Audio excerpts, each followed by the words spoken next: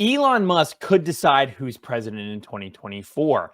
That's just how big Twitter is. When Elon Musk acquired Twitter for a variety of reasons, one of the biggest factors was the fact that Twitter is one of the most breaking sources for news.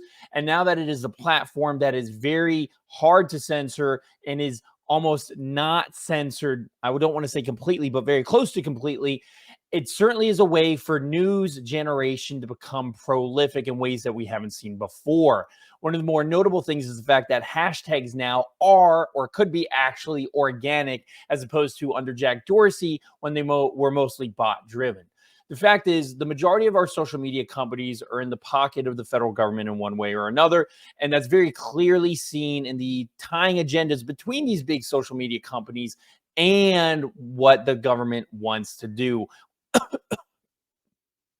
Stop, pause.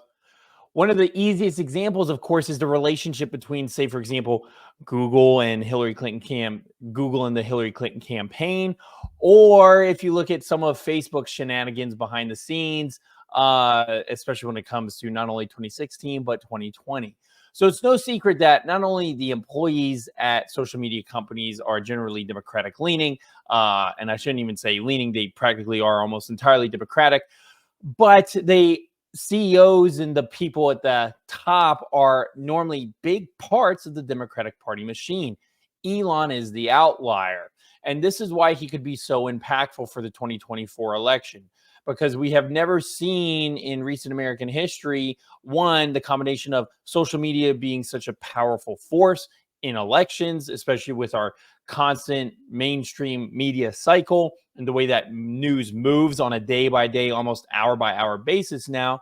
But then also the fact that there is a lot of freedom of speech on Twitter. What makes Elon very interesting, though, is figuring out whether he's a good guy or a bad guy. And that's where a lot of people, I think, still kind of get confused. To me, it doesn't necessarily matter, because the one principle you have to understand is in the world, you have like a cabal of bad people. And the word cabal is literally what people call it. This global cabal that's controlling everything and tying all the strings together to maneuver the world, right? But okay, let's assume that's true. What people don't understand is evil people don't always align on everything perfectly. Evil people have their own agendas. One example I like to give is, for a large part, our American political upper class, our elites, really sold America out to China. And that's been very obvious. And anyone who disagrees with that point is simply living in another dimension. And that's perfectly okay. But they sold out the American middle class to China with the understanding that China would be a part of the world order and would not go against their agenda. Now, the Ukraine war has upset that agenda, and China is not with the United States on the Ukraine war. Now, it has forced people in the Biden administration to actually rethink how they view China, because China is not following the global party line.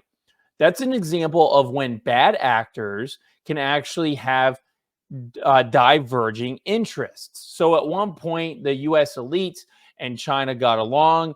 That is no such case anymore. However, both those factions of U.S. elite and the Chinese are bad guys, right? We don't want to necessarily be supporting either side. It's kind of interesting to view Elon Musk as a similar person. Now, Elon Musk in a lot of ways is, of course, obviously very inspirational, running SpaceX, running Tesla. But a lot of people point to the fact that, of course, who is now the CEO of Twitter? It's Linda Yaccarino, right? And she is one of the key heads of like the WEF, World Economic Forum. If you look at her background, though, it's very interesting. And one of the theories probably behind him appointing Linda as CEO, is the fact that when you're in the world that Elon's in and you're running a mega corporation like Twitter that's super involved and a just social media conglomerate, you need people with connections. And when you get to a certain level at the top, all those connections aren't necessarily people who have the interest of America at heart, but you still need people who have that network. So by appointing Linda, he was essentially buying off her network. And that could have been Elon's way to marry a few things together by saying, I'm going to do this with Twitter, which this elitist group of people are not going to like, but I'm going to try to quell some of those fears by appointing one of their own, from appointing an insider to essentially say, hey, things aren't going to be as bad as you guys think they are. And we're still kind of seeing that elitist warfare break out. I mean, the famous Elon going on stage telling Bob Iger to go F himself. Like, those are all subtle hints of things that are going on in the background. I mean, that's very public facing, but for every public facing image, there's all kinds of instances in the background that we can't see, that we only have to make assumptions about what's truly going on. So all this points back to Elon being a pivotal figure in the 2024 election, because not only does he have access to this free speech social media platform, which can generate and control the news cycle, which is what's incredibly important. And that's why Trump was so effective, is he was able to use Twitter to control the media news cycle. But people still forget Elon has a lot of money. Elon has a lot of money.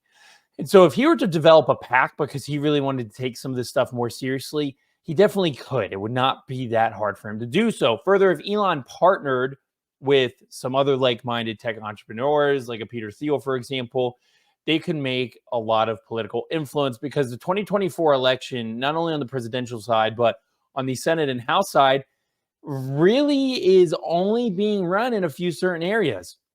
Pretty safe to say that places like a Florida and a Texas aren't necessarily swing states anymore. They're pretty solidly red. So we're looking at places like Pennsylvania, Michigan, Minnesota, Wisconsin, Arizona, probably not Nevada, but maybe Colorado. But that means you can really focus your money. And that's the point of PAC money, is to figure out strategically where to put that money. And so if you're looking at the presidential side, the states that I just mentioned would be key. But if you're looking at the Senate side, man, what could a couple $100,000 do in Montana when you're trying to unseat a Democrat in a red state? What would a couple $100,000 do in Ohio when you're trying to unseat a Senate Democrat in, once again, a very red state? That money adds up and that money matters. So Elon has a lot of levers to pull. The last fact, which I find very interesting, is the amount of data Elon is about to gather from this election cycle. So we always think, okay, Twitter, free speech platform, social media, but what you have to understand is Twitter is a great way to gather data on what makes us human. Twitter is raw human data. And why that's important is when you're trying to figure out how people are going to vote, what issues they care about, what is voter sentiment, Twitter's a great place to do that. So whenever Twitter starts developing their AI better, it's going to become a very critically important election tool. In fact, we haven't fully seen the implications of AI on elections. I know we're starting to see, or we saw a little while ago, AI-generated hit pieces, AI-generated videos going against certain candidates, which are going to make hit pieces almost immediate overnight, which is a fantastic strategic improvement, because now you can take an issue that's really hot all of a sudden and boom, launch a 1-minute ad on mainstream cable news networks without having to wait a week for the hype to die down, right? So we haven't seen yet how AI is actually going to affect, though, political consumption when it comes to voting patterns. And polling, which is already kind of an outdated art form, could even be affected by AI, because what if instead of polling, well, why do I need to poll people when I can just go on Twitter and use an AI to just gauge user sentiment pretty accurately, right? And all the data is out there, especially if you are a verified user of Twitter, so they know you're a real human being. You had to, maybe comply with some kind of credit card, debit card, or driver's license, so to speak, which is why all those social media outlets are moving toward that.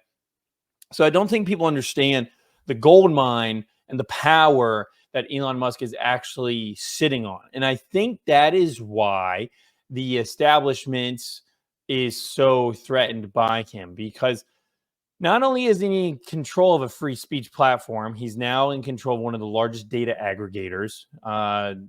Tesla was great for gathering data, but I mean, the data on Twitter is 10 times more valuable. I mean, people look at what he bought Twitter for, and to me, it was actually pretty cheap when you consider the amount of data on Twitter and the amount of data that Twitter is going to continue to generate. And all this affects elections, which it is now election season, election cycle. But more than anything else, Elon still just has a lot of money, and he is able to put that money to work. He's got a lot of personality behind him as well, and that cult of personality he could also put to work. So he's stayed out, I think, of formally endorsing Biden or Trump. He simply, he was friendly with DeSantis, and he's been friendly with Vivek, he's been friendly with RFK. But let's be real, after the primaries, I think it'll end up being a Trump Biden election again. Of course, we'll see if there's any upsets in Ohio. I mean, Iowa, it's possible, but I don't think it's very probable. But the key factor is Elon Musk for the 2024 election.